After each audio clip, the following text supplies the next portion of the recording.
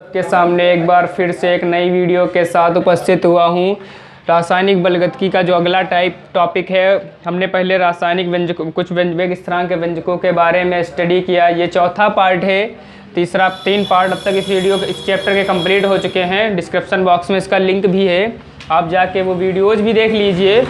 और आज हम पढ़ेंगे कि अभिक्रिया का जो अर्धायु काल होता है, मतलब हाफ लाइफ पीरियड, उसके मतलब क्या है, इस पर आधारित व्यंजक डायरेक्ट कैसे प्राप्त किए जाते हैं, आज बात करते हैं।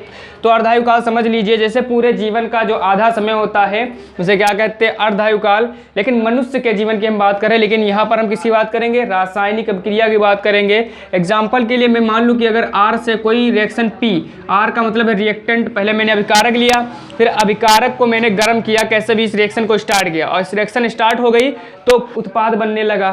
तो 50 मान लो मैंने 100% लिया था, ठीक है, और 50% ये बन चुका है, ठीक है।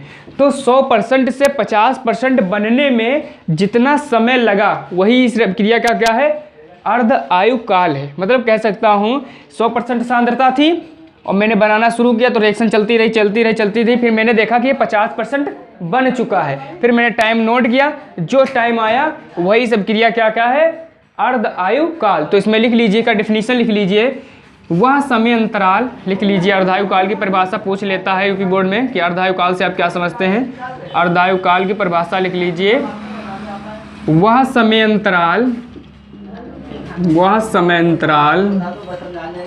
जिसमें कोई रासायनिक, वह समय अंतराल जिसमें कोई रासायनिक अभिक्रिया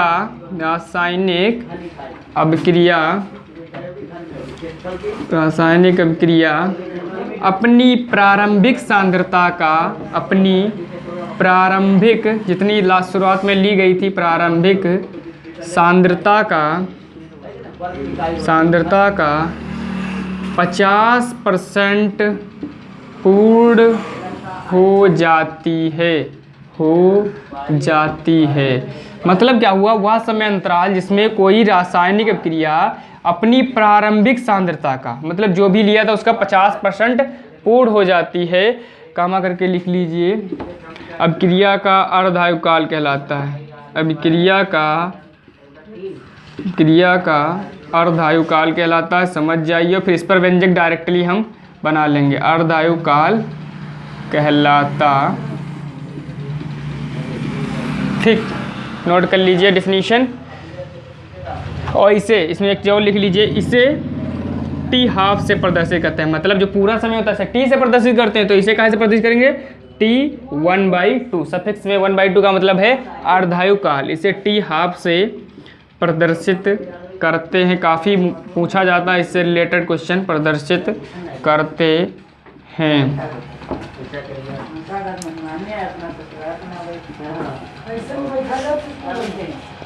नोट कर लीजिए, वीडियो को पुश करके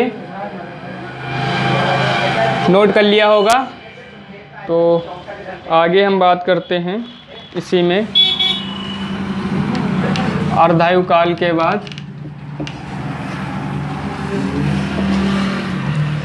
इसी में अर्धायु काल, अब हम जैसे शून्य कोड अब इसमें हेडिंग डाल लीजिए कि वेग स्थिरांक तथा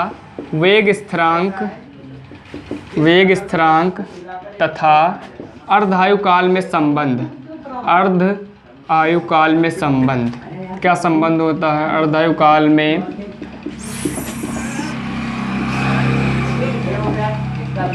संबंध। तो इनमें क्या संबंध होता है जरा देखते हैं, बहुत आसानी से समझ सकते हैं। पहले इनके लिए हम एक चीज़ देख लें कि इनकी जो प्रारंभिक सांद्रता, जैसे हम एग्जांपल के लिए लेते हैं कि एक अभिक्रिया A से B हो रही है, ठीक है, A से B, मतलब A अभिकारक है, B उत्पाद है। जब मैंने समय 0 था, मान लो मैंने इसकी मात्रा A ली थी, तो मान लो A मान लिया, कोई दिक्कत नहीं, X भी मान लो A मान लिया, तो मान लो शुरुआत में कितना बना, 0 बना। फिर जब समय कितना था, T बराबर 0, लेकिन जैसे जैसे समय पास होता गया तो ये कितना बनेगा, अर्धायु काल निकालो, यानी ये कितना बनेगा, A/2।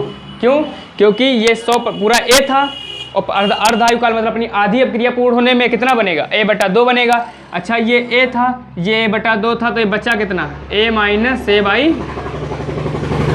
A/2। समझ लीजिए फिर से, ये मैंने A लिया था, जीरो। जब समय कितना हो, जब टी जब समय जीरो था तब ये जीरो बना, लेकिन जब समय हो गया टी हाफ मतलब जो आधा समय गुजर गया तो ये a बाई टू बन गया, तो ये बचा कितना a minus A by two. तो फाइनली ये आया कितना, a में से a बाई टू गया तो a बाई टू ही बचा। अब इसी की मदद से शून्य कोटि की, प्रथम कोटि की और द्वितीय कोटि के व्यंजक, बहुत आसान, बस देखते रहिए, बस 3 लाइनें खींचिए और तुरंत आंसर।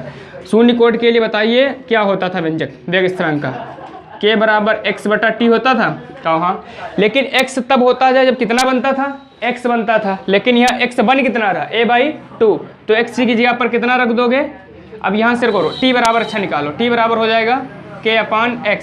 अच्छा अगर t हाफ पूछे, मतलब अगर आधे समय, पूर्ण समय में थी, पूर्ण समय में क्रिया थी, समय कितना लिया गया, आधा, ठीक, समय कितना लिया गया है, आधा लिया गया, तो एक x की जगह कितना रखोगे, a बटा दो, तो a बाई टू और बाई k, तो t half is equal to कितना आ गया, a बाई टू के। बस कुछ नहीं था, बस x की जगह पर पहले जब पूर्ण समय लेते थे, 100% समय लेते थे तब x बनता था, लेकिन अब समय आधा ले रहे हो तो बन कितना रहा है, प्रारंभिक सांद्रता का आधा बन रहा है, तो आधा बन रहा है तो x की जगह पर आधा, तो a बाई टू के। फ्रेंड्स अब बात करते हैं कि जब मैंने शून्य कोटि की बात की, अब प्रथम कोटि की, तो प्रथम कोटि अभिक्रिया के लिए जब पूर्ण समय लेते थे तो k बराबर होता था 2.303 बट्टा T log a upon a minus x होता था, ठीक, लेकिन यहाँ पर x नहीं बन रहा है, x की जगह पर क्या बन रहा है, a बाई टू, रीजन क्योंकि हमने समय भी क्या लिया है, आधा लिया है, तो x की प्लेस पे हम क्या रखेंगे, a बाई टू, बाकी सब वही रहेगा, और इस t को हम कहाँ बदल देंगे, t हाफ में, तो यहाँ से फार्मूला बन जाएगा t half is equal to 2.303, और ये इसके नीचे कर देंगे k log a की जगह पर a ही रहेगा क्योंकि a की प्लेस पर a ही है, a माइनस एक्स, x के प्लेस पर क्या रखोगे, क्योंकि x पहले x बनता था लेकिन x की जब क्या बन रहा है, a बाई टू, तो यहाँ पास a बाई टू रख दिया, ठीक, तो क्या आ गया t 2.303 के लॉग a बाई टू में से a बाई टू जाएगा तो क्या बचेगा, a बाई टू ही बचेगा, ये a और ये a कैंसिल, 2 ऊपर चला गया, तो 2.303 के लॉग 2 आ गया, लॉग 2 आ गया, ठीक है। अब log 2 का वैल्यू यहाँ से क्या होगा, 30 होता है, 0.301, और इसको हल करोगे, ठीक, तो 0.6921 शायद इतना आता है, ठीक है, हल करके अभी देखते हैं, देख रहे हैं शायद इतना ही आएगा, गुणा करके देख लेते हैं, कन्फ्यूजन कोई नहीं, देख ले कैसे गुणा होगा, 0.3010 0.3003 ठीक, गुणा करना देख लीजिए कैसे कर रहे हैं, 0 फिर 3 से करेंगे, 3 3 9, 3 0 0, 3 3 9, 3 दूनी 6, 0 3 6 9 3 12, और ये 3 और ये 9, ये 6, फिर कितनी संख्या बाद, कितनी संख्या दशमलव लगेगा, 4 3 7, 1 2 3 4 5 6 7, तो हमको लग रहा है यहाँ पर 3 2 आएगा, 0.6932, ठीक, ये इतना नोट कर लीजिए, ये प्रथम अभिक्रिया के लिए अर्धायुकाल का व्यंजक है, ये प्रथम कोटि के अभिक्रिया के अर्धायुकाल का।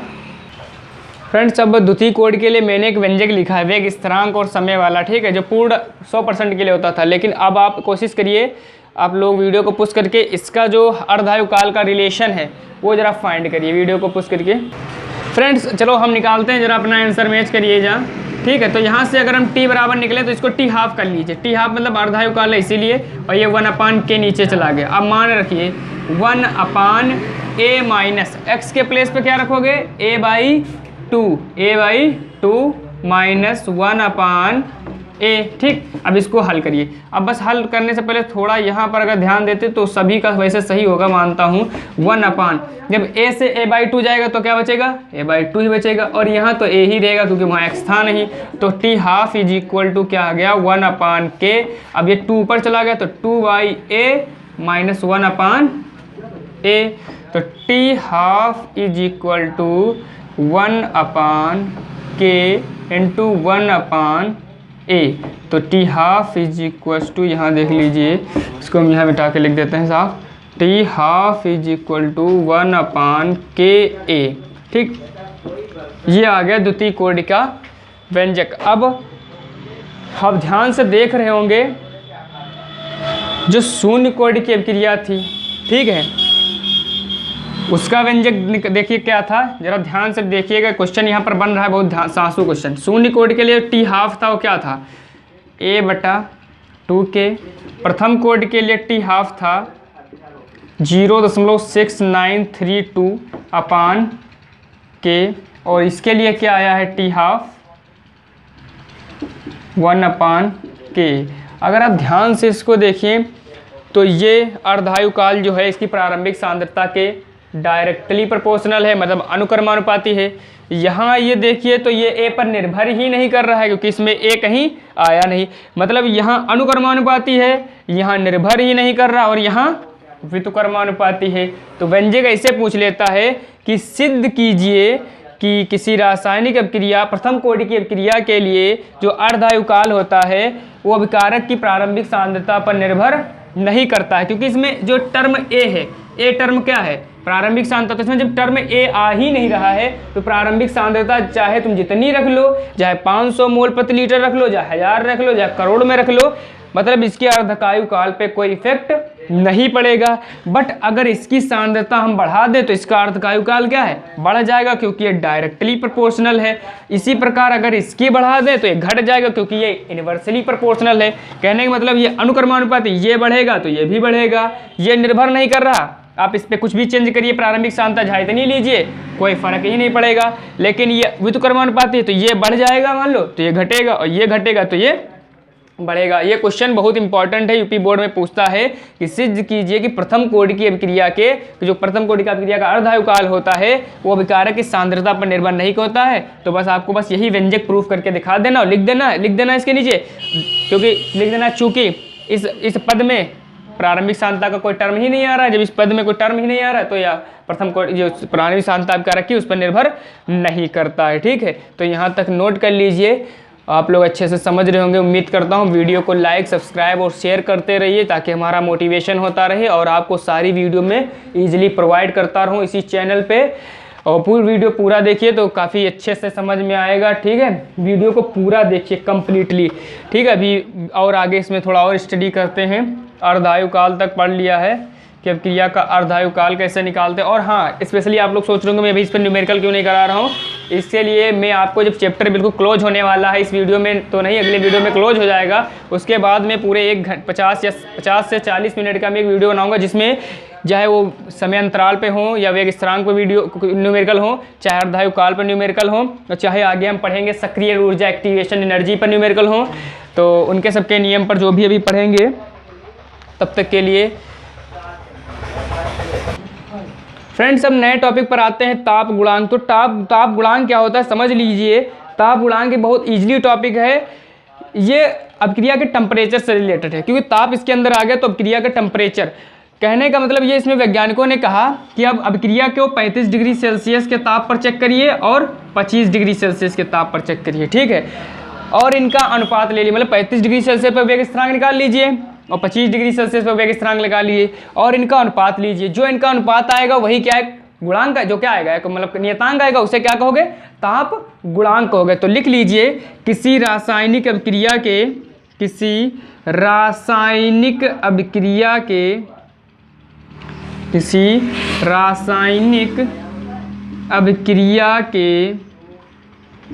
K35। अब तुम कहोगे K35 का मतलब क्या है। K का मतलब वेग स्थिरांक, 35 का मतलब 35 डिग्री सेल्सियस पर।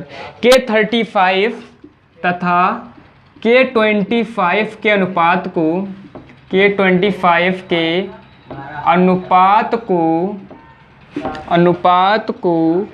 वेग स्थिरांक कहते हैं। के अनुपात को वेग स्थिरांक कहते हैं।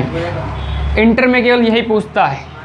सीधे किताब गुणांक से आप क्या समझते हैं, तो सीधे आप लिख देंगे किसी रासायनिक अभिक्रिया के K35 का मतलब है 35 डिग्री सेल्सियस पर वेग स्थिरांक और K25 का मतलब है 25 डिग्री सेल्सियस पर वेग स्थिरांक। तो जो इनका अनुपात होगा वही क्या होगा, वेग स्थिरांक ताप गुणांक कहते हैं। ताप गुणांक। तो ताप गुणांक बराबर फार्मूला क्या आ गया यहाँ से, K35 अपॉन K25। नोट कर लीजिए वीडियो को पुश करके। फ्रेंड्स अब पढ़ते हैं संघट्यवाद या टक्करवाद। इसे आर्हेनियस का संघट्यवाद भी कहते हैं या टक्करवाद, तो लिखना चाहो तो लिख लो आर्हेनियस का टक्करवाद या सॉरी आर्हेनियस का टक्करवाद या संघट्यवाद। तो होता क्या इसमें है, आप ये जान लीजिए, जो अभिकारक अणु होते हैं वो आपस में जब भी कोई क्रिया होती है तो टकराने लगते हैं। तो अभिकारक अणु टकराते हैं तभी उत्पाद बनता है। यदि उनके टकराने की दर मतलब टकराने की जो स्पीड है या टकराने पर उनका जो अगर उनका कन्वर्जन उत्पाद में हो जाए आसानी से तो उन्हें प्रभावी टक्कर कहते हैं। ठीक है, वैसे तो प्रभावी टक्करों की संख्या कम होती है लेकिन इनकी संख्या बढ़ाई जा सकती है। कैसे? ताप बढ़ाकर। अगर आप ताप बढ़ा देंगे तो मार तेजी से भागने लगेंगे और तेजी से भागने के कारण इनके बीच टक्कर तेजी से होगी, जिससे इनके बीच उत्पाद क्या होगा, जल्दी बन जाएगा। तो पहला पॉइंट लिख लीजिए, अभिकारक अणुओं के टकराने से अभिकारक अणुओं के टकराने से उत्पाद बनते हैं। अभिकारक अणुओं के टकराने से उत्पाद बनता है, टकराने से उत्पाद बनता है। दूसरा पॉइंट लिख लीजिए, जिन टक्करों के फलस्वरूप बहुत आसान पॉइंट है, 4 ही पॉइंट है, पूछ लेता कभी कभी। जिन टक्करों के फलस्वरूप उत्पाद बनता है, काम करके लीजिए, उन्हें प्रभावी टक्कर कहते हैं। उन्हें प्रभावी टक्कर कहते हैं। ये 2 पॉइंट हो गए। तीसरा पॉइंट लिख लीजिए, प्रायः प्रभावी टक्करों की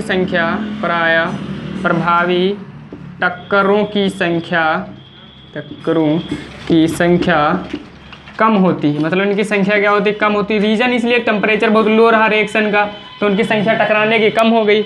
और नंबर 4 पॉइंट लिख लीजिए, प्रभावी टक्करों की संख्या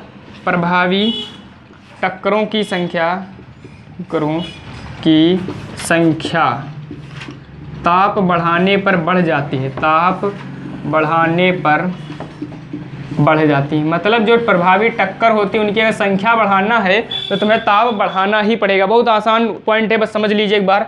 अभिकारक अणुओं के टकराने से क्या बनता है, उत्पाद बनता है। जिन टक्करों के फलस्वरूप उत्पाद बनता है उन्हें हम क्या कहेंगे, प्रभावी टक्कर कहेंगे। मतलब जिनके फलस्वरूप बन जाएगा वो प्रभावी होगी और जिनके फलस्वरूप नहीं बन रहा वो अप्रभावी टक्कर होंगी। प्रायः प्रभावी टक्करों की संख्या कम होती, मिनिमम होती। रीजन ये रहता है, हम बता चुके हैं, प्रतिक्रिया का जो रिएक्शन रेट रहता है, टेम्परेचर रहता है, वो स्लो होता है। तो अभिकारक अणु बहुत स्लो टकराते हैं, जिससे उत्पाद बहुत स्लो बनता है। प्रभावी टक्करों की संख्या ताप बढ़ाने पर बढ़ जाती है। अगर दैनिक जीवन में एग्जाम्पल लें तो घर में चाय बनाना, भोजन बनाना, दाल बनाना, वही अगर टेम्परेचर ज़्यादा जल्दी रख दो तो दाल तुरंत बन गई, चाय तुरंत बन गई, क्योंकि टक्कर उनके बीच क्या हुई, प्रभावी हुई। और टेम्परेचर लो रखोगे तो धीरे धीरे टकराएंगे, धीरे धीरे चीनी गलेगी, धीरे धीरे नमक गलेगा, धीरे धीरे चाय पत्ती गलेगी और काफ़ी समय बाद जाके आपका चाय तैयार होगा। लेकिन अगर आप टेम्परेचर ज़्यादा रखेंगे तो प्रभावी टक्करों की संख्या बढ़ जाएगी, जिसके कारण जो आपका उत्पाद है वो तुरंत ही बन जाएगा। ये वीडियो लॉन्ग तो हो जाएगा लेकिन मैं इस चैप्टर को इसी वीडियो में क्लोज करूंगा, क्योंकि अब ज़्यादा टॉपिक इसमें बचा नहीं है। केवल 2 टॉपिक और बचे हैं, सक्रिय ऊर्जा और आर्हेनियस समीकरण। बस बाकी फिर न्यूमेरिकल का एक वीडियो रहेगा और ये चैप्टर आपका क्लोज करके फिर विलेन का वीडियो आपको कंप्लीट मिलेगा। अच्छे से सॉल्यूशन, कौन कौन से सॉल्यूशंस होते हैं सब बताएंगे अच्छे से। चलिए फिर ये नोट कर लिया वीडियो को। फ्रेंड्स फिर से एक नया टॉपिक, सक्रिय ऊर्जा। इस पर सक्रिय ऊर्जा क्या है, एक्टिवेशन एनर्जी है क्या। बहुत आसान भाषा में समझें तो जो अभिकारक अणु हैं उनको एक्टिव करने के लिए जो ऊर्जा प्राप्त होती है उसे सक्रिय ऊर्जा कहते हैं। नॉर्मल सी भाषा है, लेकिन अगर सही से परिभाषा लिखना है तो थोड़ा चेंज करके लिखना होगा, क्योंकि ऐसे तो समझा दिया ठीक है। अगर समझना है तो समझने के लिए क्या कहोगे, जैसे मान लो कोई व्यक्ति सो रहा है, तो सो रहा है बेचारा, बीमार है या कमज़ोर है, तो इसको हेल्थ होके खिला देते हैं। अब हेल्थ होके जैसे वो खाइस उसके अंदर क्या आ गई, एनर्जी आ गई और वो एक्टिव हो गया। एक्टिव होके वो अब काम करने के योग्य हो गया, यानी कि अब टक्कर करने के लिए वो क्या है, एक्टिव है। उत्पाद बनाने के लिए क्या है, एक्टिव है। तो जब तक उसको एक्टिव एनर्जी मिलेगी नहीं तब तक वो उत्पाद नहीं बनाएगा। तो लिख लीजिए अभिकारक अणुओं की वह अतिरिक्त आवश्यक न्यूनतम ऊर्जा, अभिकारक अणुओं की वह अतिरिक्त आवश्यक न्यूनतम ऊर्जा,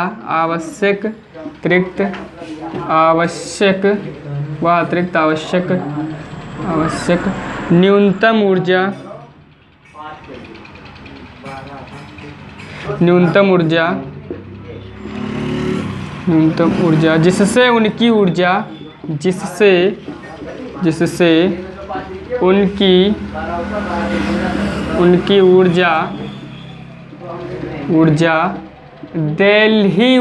देल्ही ऊर्जा के बराबर हो जाए,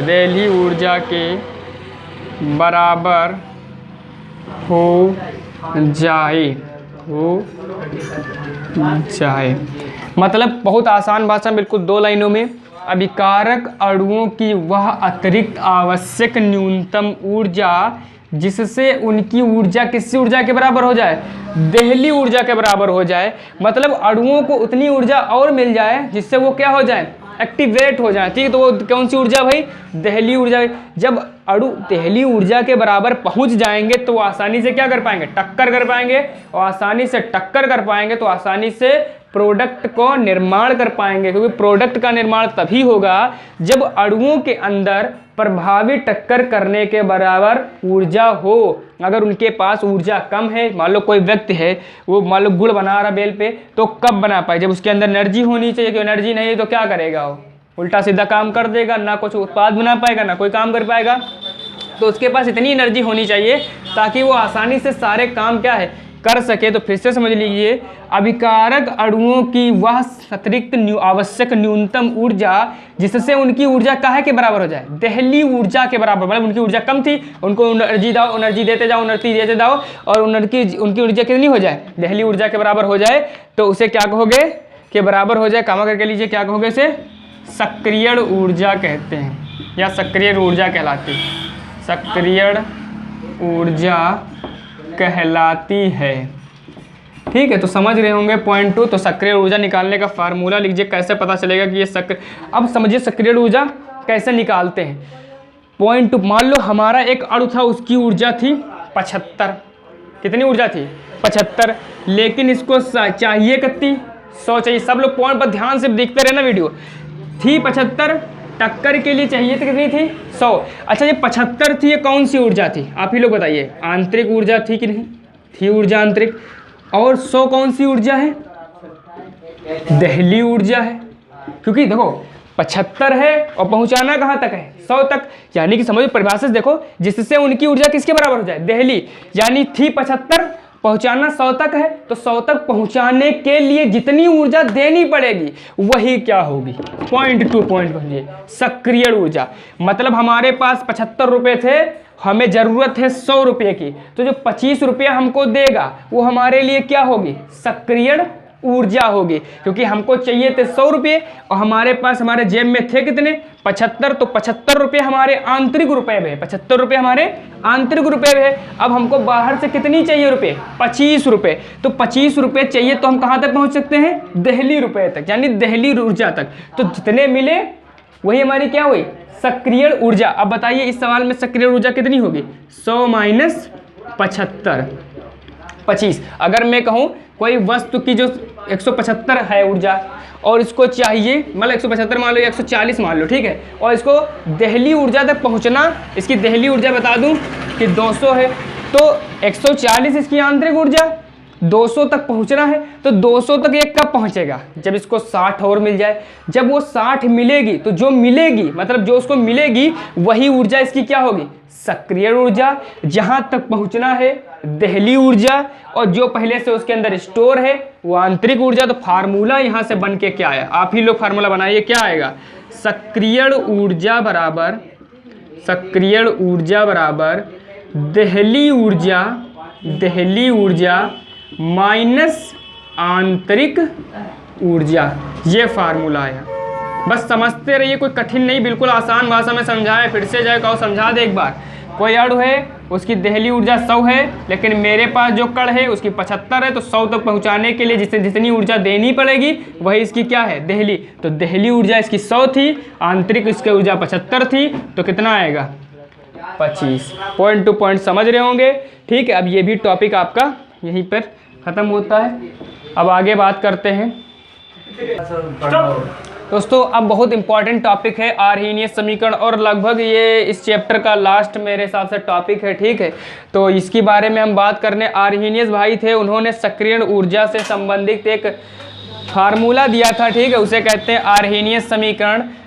तो वैज्ञानिक आर्हीनियस ने फार्मूला क्या दिया था, उन्होंने बताया कि जो वेग स्थिरांक के बराबर होता है वो ए ई की पावर माइनस ई ए अपान आर टी के बराबर होता है। ई की पावर एक्सपोनेंशियल की पावर माइनस ई अपान आर टी होता है। जहाँ आप समझ लिए कि ये है क्या, जो के है वो आपका वेग स्थिरांक माना उन्होंने, और जो ए है इसे आवर्ती फलन कहते हैं, फ्रीक्वेंसी फैक्टर। ठीक है, और जो ई ए है, ये ई ए का मतलब है, ए का मतलब एक्टिवेशन, ई का मतलब एनर्जी, एक्टिवेशन एनर्जी मतलब सक्रियण ऊर्जा। आर तो आपने फर्स्ट ईयर में पढ़ा होगा, गैस नियतांक है, और टी क्या है, परम ताप है। तो लिख लीजिए, पहले इसके ऊपर थोड़ा लिख लीजिए कि वैज्ञानिक आर्हीनियस ने, लिख लीजिए यहाँ पास, वैज्ञानिक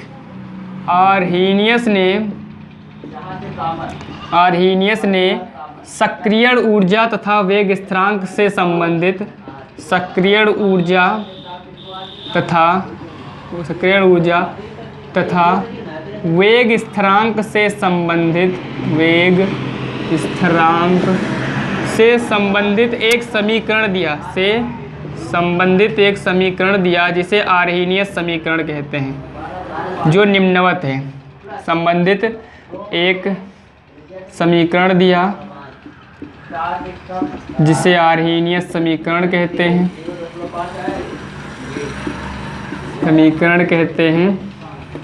जो निम्नवत है। निम्नवत क्या है, जो आपके सामने लिखा है, जो निम्नवत है। k इज इक्वल्स टू ए। अब सब सोच रहे हैं इसमें k क्या है, a क्या है, e क्या है, तो ये भी मैं लिखाई दे रहा हूँ। जहाँ लिख लीजिए, नोट कर लीजिए। और कहाँ से फार्मूला इसका एक और कैसे बनता है वो भी हम प्रूफ कराता हूँ अभी इसी वक्त। फार्मूला देखो कैसे आएगा वो, जहाँ k बराबर क्या है, वेग स्थिरांक है, और a है आवर्ती फलन, आवर्ती गुणांक भी इसे कहते हैं, आवर्ती गुणांक लिख दीजिए, फ्रीक्वेंसी फैक्टर इंग्लिश में कहते हैं, और वेग स्थिरांक। और यहाँ पर जो ई है वो आपका एक्टिवेशन एनर्जी बोले तो सक्रियण ऊर्जा है, सक्रियण ऊर्जा। और आर आपको पता है, अभी बताया है, गैस नियतांक है, गैस नियतांक है। और टी आपको पता होगा, परम ताप है, क्योंकि आप बायल और आदर्श गैस समीकरण में पढ़ा होगा पी बराबर एनआरटी, तो उसमें आर और टी के बारे में, पी गैस का दाब होता था, टी परमताप, यही से पढ़ चुके हैं। तो ये नोट कर लीजिए वीडियो को रोककर। और मैं इसका डेरिवेशन कहाँ से आता है ज़रा उसको देखते हैं कि कहाँ से प्रूफ किया जाता है, इसका एक और फार्मूला कैसे प्रूफ होता है। तो इससे पहले आप थोड़ी लॉग की प्रॉपर्टी बता दें। वैसे न्यूमेरिकल कराने से पहले जो न्यूमेरिकल का वीडियो रहेगा उसमें मैं लॉग की पहले एक प्रॉपर्टी बताऊंगा, फिर न्यूमेरिकल कराऊंगा, क्योंकि प्रथम कोटि की क्रिया में लॉग का टर्म आता है और लॉग का बहुत यूज होता है। फिर भी बता देता हूँ, एक फार्मूला आप लोगों ने आगे कहीं पढ़ा होगा कि log m की पावर n और log m बटा n और log m गुणे n। ये कुछ फार्मूले आपने पढ़ रखा है 9th में, वैसे तो पढ़ाया जाता है, लेकिन इस बार हमको पता नहीं कहाँ से कहाँ हो गया। तो log m की पावर n होता है, तो जो n होता है वो log के आगे आ जाता है, यानी n log m हो जाता है। और log m बटा n की प्रॉपर्टी होती है log m minus log n, और log m गुणे n अगर है तो log m plus log n। ठीक है, ये प्रॉपर्टी मैं आपको इसके बाद वाले वीडियो में बताऊंगा, इसमें न्यूमेरिकल कराऊंगा, उसमें भी इसकी प्रॉपर्टी बताऊंगा, और log टेबल कैसे वैल्यूज निकालते हैं वो भी बताऊंगा अच्छे से। और जो अभाज्य संख्या होती हैं आप केवल उनके log याद कर लीजिए, बाकी जितनी भी भाज्य संख्याएं हैं उनकी हम आसानी से log निकाले जा सकते हैं with the help of these formulas. इनकी फार्मूला की मदद से हम कोई भी log की वैल्यूज निकाल सकते हैं। तो अब यहाँ से देखिए इसका डेरिवेशन कैसे आता है, बिल्कुल अच्छी भाषा, बिल्कुल दोनों तरफ केवल log ले लीजिए, टेकिंग log बोथ साइड। तो यहाँ हो जाएगा log के, तो इधर यहाँ ये फार्मूला कहीं नोट कर लीजिए कोने में और फिर लिख लीजिए दोनों ओर log लेने पर, दोनों ओर log लेने पर, क्योंकि log लेंगे तभी ये पावर हट पाएगी, अन्यथा ये पावर नहीं जाएगी। जब पावर नहीं रिमूव होगी तो आपका सॉल्यूशन बहुत क्रिटिकल होता चला जाएगा। तो log के इज इक्वल टू, अब ये दो मल्टीप्लाई में दो फैक्टर हैं, तो ये मान लो m है, ये पूरा n है, तो ये m गुणे n यानी log m plus log n e की power minus e upon RT। अब यहीं से समझना जरा थोड़ा, बस यहीं पर थोड़ा समझने में दिक्कत हो सकती है बच्चों को। देखो यहाँ ये m था, ये n था, तो m गुणे n का फार्मूला मैंने लगा दिया log m plus log n। अब यहाँ एक फार्मूला और बन गया, ये बन गया m की पावर n का, मतलब ये m हो गया, ये इतनी पावर है तो n का ये आगे आ जाएगा। तो यहाँ से log k is equal to log a, और ये आगे आएगा तो ये माइनस चिन्ह है तो ये प्लस का है बदल जाएगा, माइनस e अपान, ये पूरा n है। देखो जब m की पावर n होता है तो n आगे आ जाता है। अब n कितना है, minus e upon RT। e और a एक ही में है, क्योंकि e का मतलब है एक्टिवेशन एनर्जी और RT अलग, तो RT नीचे आ गया। फिर क्या बच गया, log e। और हमें फ्रेंड्स पता होना चाहिए जो log e की वैल्यू होती है वो 1 होती है। तो यहाँ से log k is equal to log a minus e upon RT, और log e की वैल्यू हो गई 1। ठीक, log k is equal to log a minus e upon RT। अब यहाँ से आप सोचिए, अगर कोई दो रिएक्शंस हो रही हों या एक ही रिएक्शन में कोई दो रिएक्शन से ले लेंगे और तुलना करी जाए, एक मान लो T1 टेम्परेचर पर हो, एक T2 टेम्परेचर पर हो, तो जिसका T1 टेम्परेचर होगा उसका वेग स्थिरांक K1 होगा और जिसका T2 टेम्परेचर होगा उनका वेग स्थिरांक कितना होगा, T2 होगा। तो उनकी सक्रियण ऊर्जा देखो कैसे फार्मूला ड्राइव करेंगे, ये मैं मिटा देता हूँ, ये तो नोट कर लिया होगा। और उम्मीद करता नहीं नोट किया तो वीडियो को पुश करके पीछे ले जाकर नोट कर लीजिए ये भी। तो यहाँ तक मैं हटा रहा हूँ और फिर से यहाँ देखिए, लिखिए यदि अभिक्रिया का वेग स्थिरांक K1 हो, यदि अभिक्रिया का वेग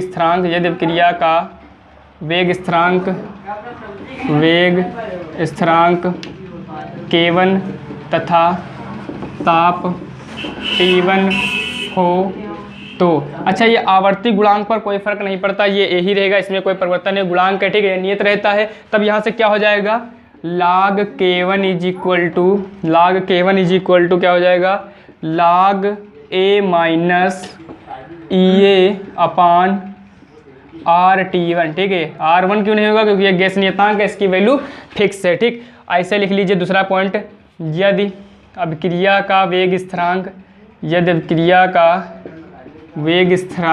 क्या हो, K2 हो, अभिक्रिया का वेग स्थिरांक, ये भी फार्मूला हो गया। ठीक है, ये भी एक प्रकार से फार्मूला ही, इसे भी नोट कर लीजिए, इसको गोला कर दीजिए, इसको ब्रैकेट में कर लीजिए, क्योंकि ये भी यूज है और इसका भी यूज है। तो अभिक्रिया का वेग स्थिरांक K2 तथा